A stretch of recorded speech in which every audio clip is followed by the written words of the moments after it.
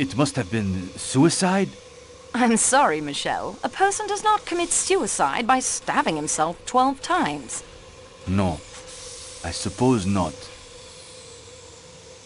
Did anyone call for you last night after we spoke? Yes, I made up the bed of the young American gentleman, Mr. Rachet's secretary. At what time? It must have been about a half hour later. 1:45. About that, yes. The English colonel from number 15 was with him. The colonel went back to his own compartment as I prepared the American gentleman's bed. Did you see anyone moving about last night after we spoke? The English colonel returned to his compartment. No one after that. Did you leave the car at any time last night after Belgrade? Well, I did go back to talk to Matteo, the attendant in the Athens-Paris car. When was that? Not long after 1. How long were you gone? A few minutes only. One of my bells rang. You remember, it was the American lady. She had rung several times. I would like to take your fingerprints. Of course, mademoiselle.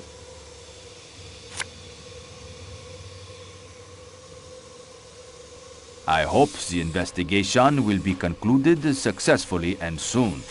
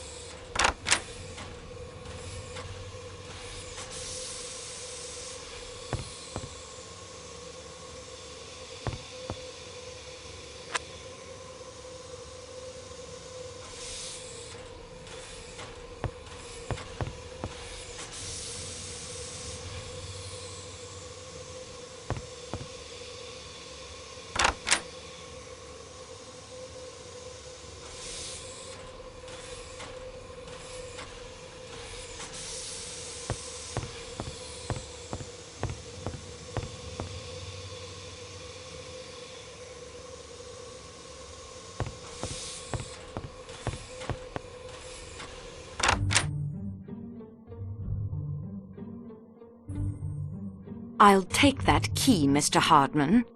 If you don't give it to me, I can have a couple of the train's staff take it from you. I'd like to see them try.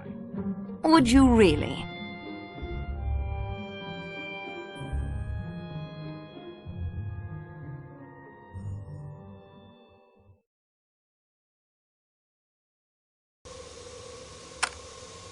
What were you doing going through Michel's belongings?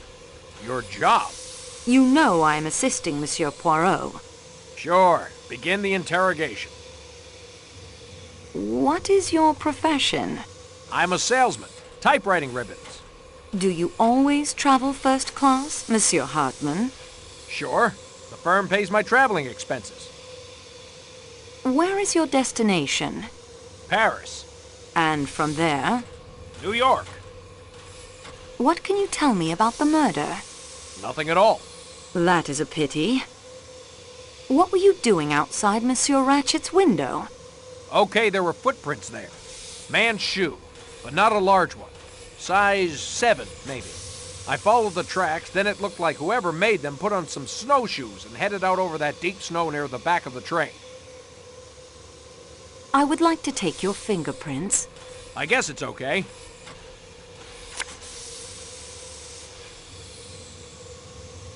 Perhaps, Monsieur Hartman, you could tell me why I found a blackjack, or sap as I believe it's called, in your suitcase? How do you know what it's called? Crime is a hobby of mine. Yeah? Well, why don't you try knitting instead? You people are serious about this investigation, aren't you? Of course. You have heard of Monsieur Poirot? Yeah, I have. I think I better come clean, or I could find myself in a lot of hot water here. I would advise you to come clean. Okay, I don't know anything, like I said. But I ought to know something. That's what makes me sore. I ought to. My passport's a bit of a bluff. That's who I really am. Please explain. I showed up at the appointed time. Ratchet put me wise to the situation. The threatening letters. Yeah, he showed me 2 of them. Did Monsieur Ratchet seem alarmed by the letters? Pretended not to be, but he was rattled all right. What instructions did he give you?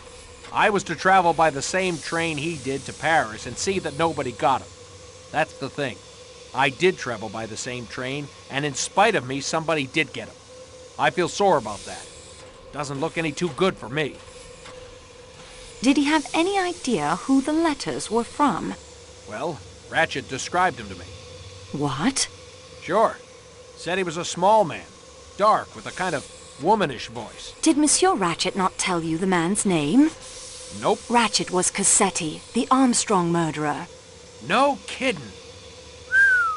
Should have recognized him. I mean, I suppose I saw photos of him in the papers and everything. Well, that explains it.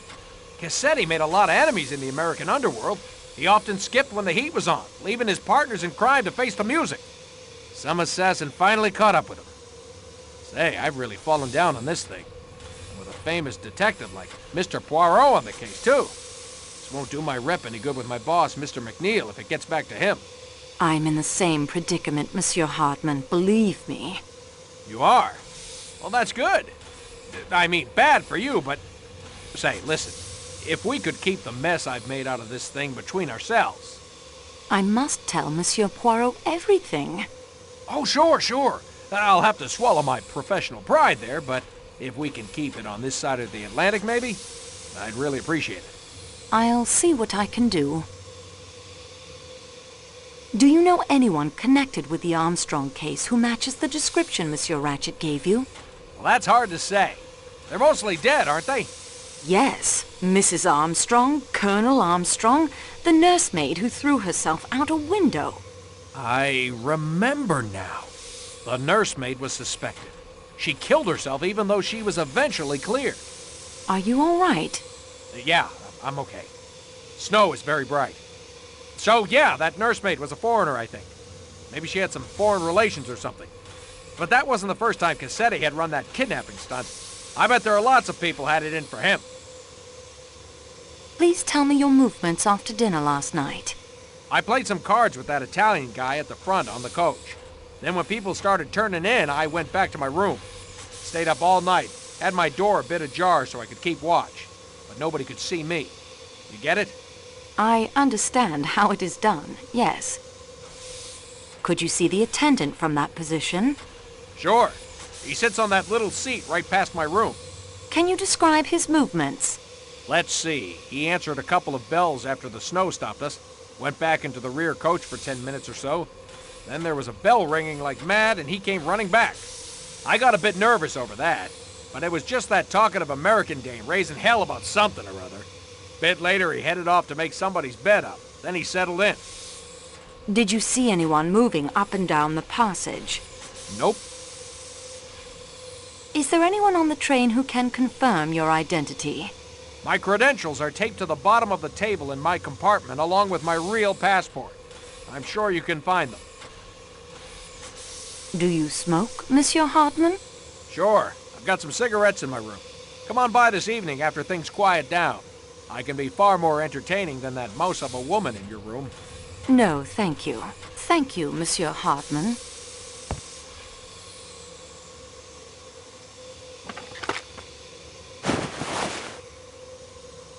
Pierre Michel's passport and an old photograph. I'll just borrow both of them. Nothing else to see in there.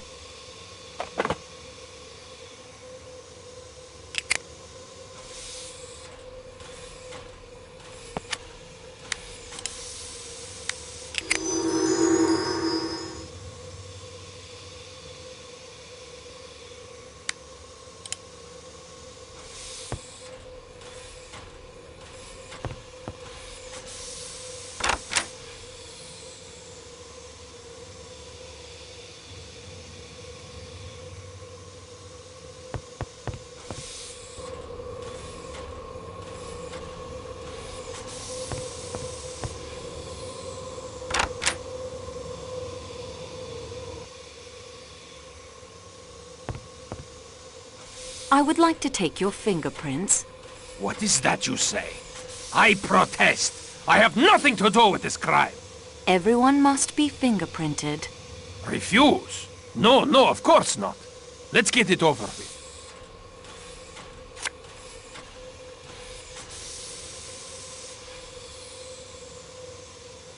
The time for talk has passed.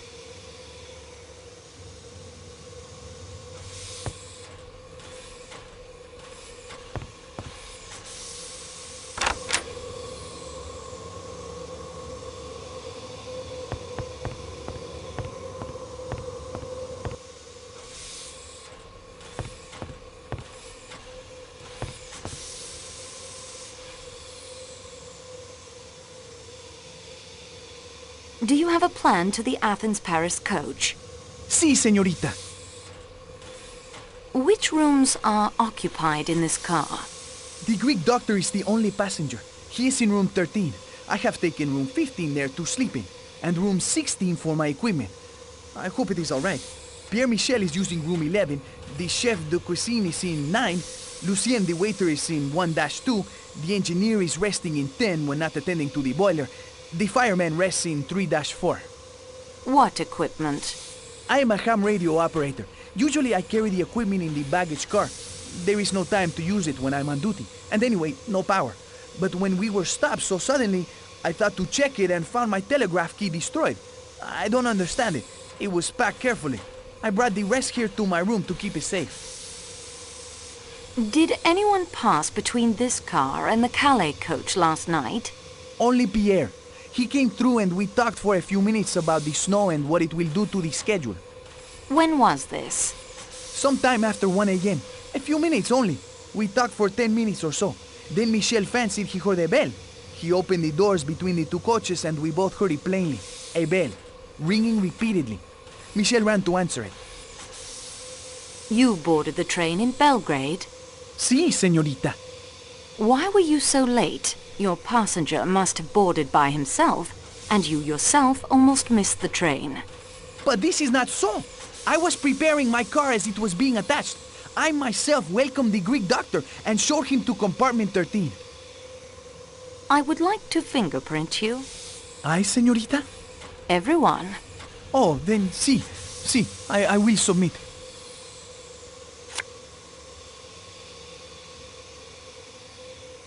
That will be enough.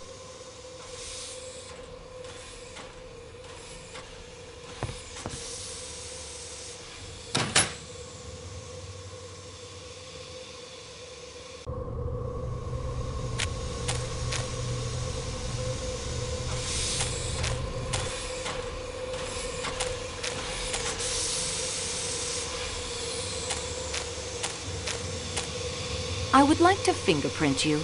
Eğer mecbursan.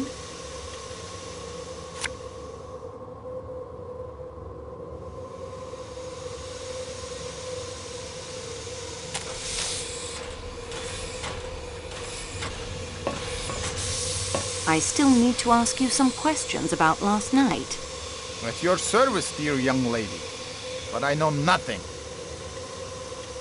I would like to fingerprint you. Anything you require. However, if you're planning to smear that typewriting ribbon on my fingers, it is unnecessary. My fingers are black from coal dust already.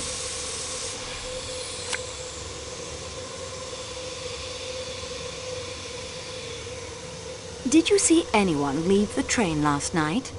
No, but as I have told you, we were busy with the boiler. The pressure must be kept up for the light and heat.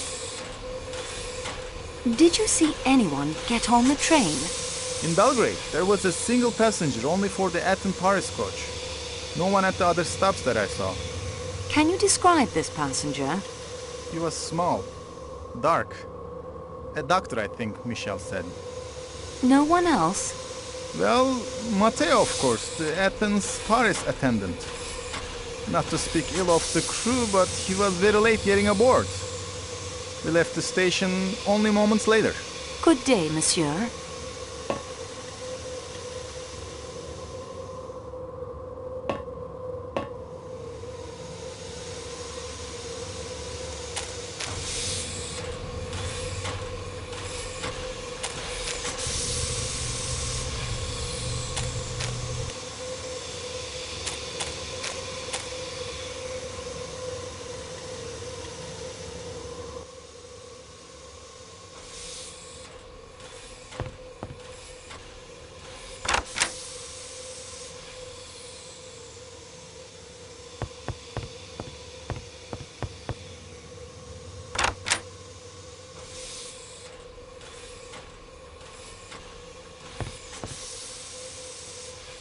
Monsieur Poirot.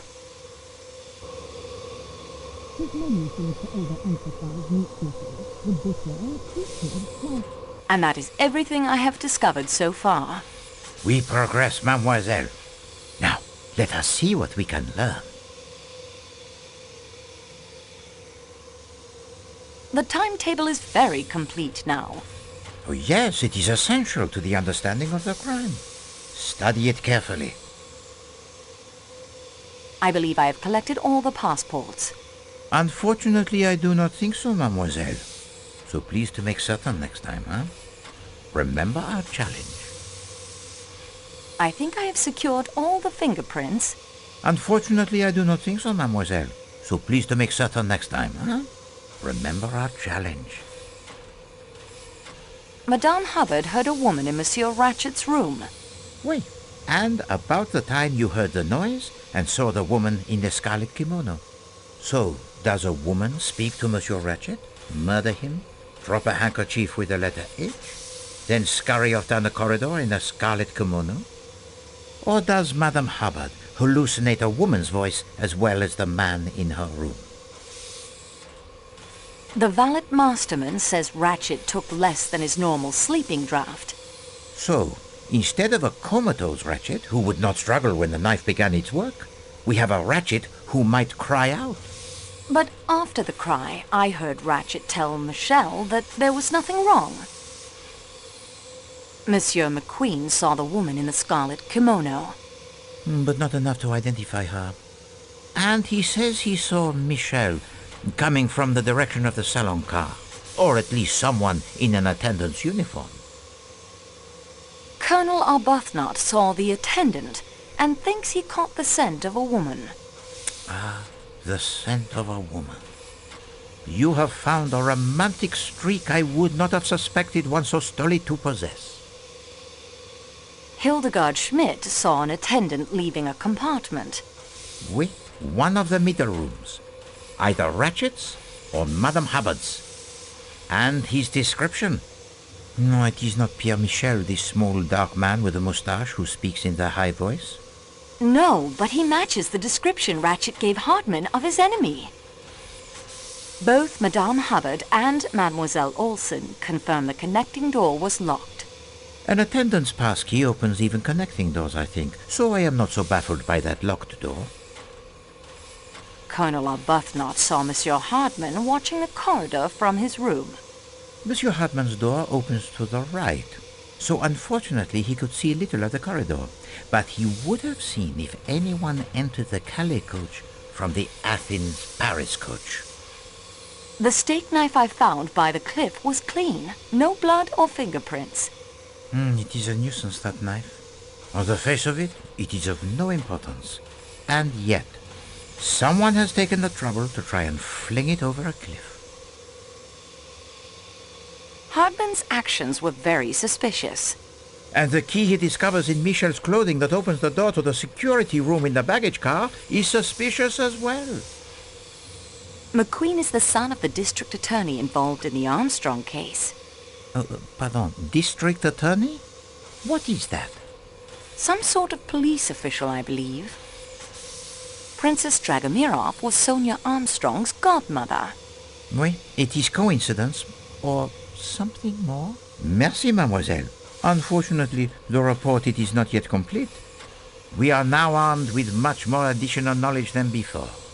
Continue the investigation, and do not be afraid to go over the ground you have already covered.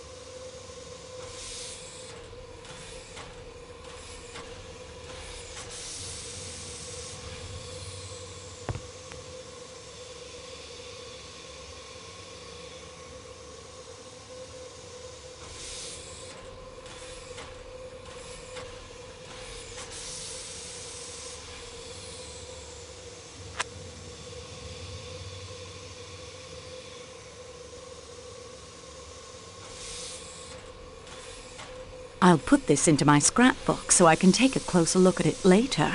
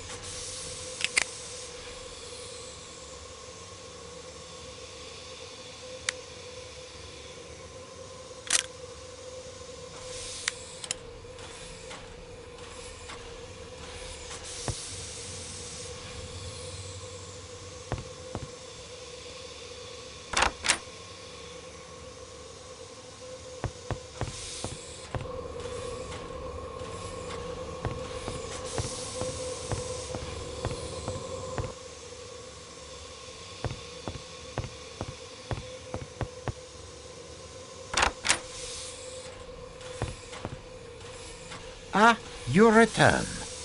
Is there more to report to me, mademoiselle? And that is everything I have discovered so far. We progress, mademoiselle. Now, let us see what we can learn. I believe I have collected all the passports.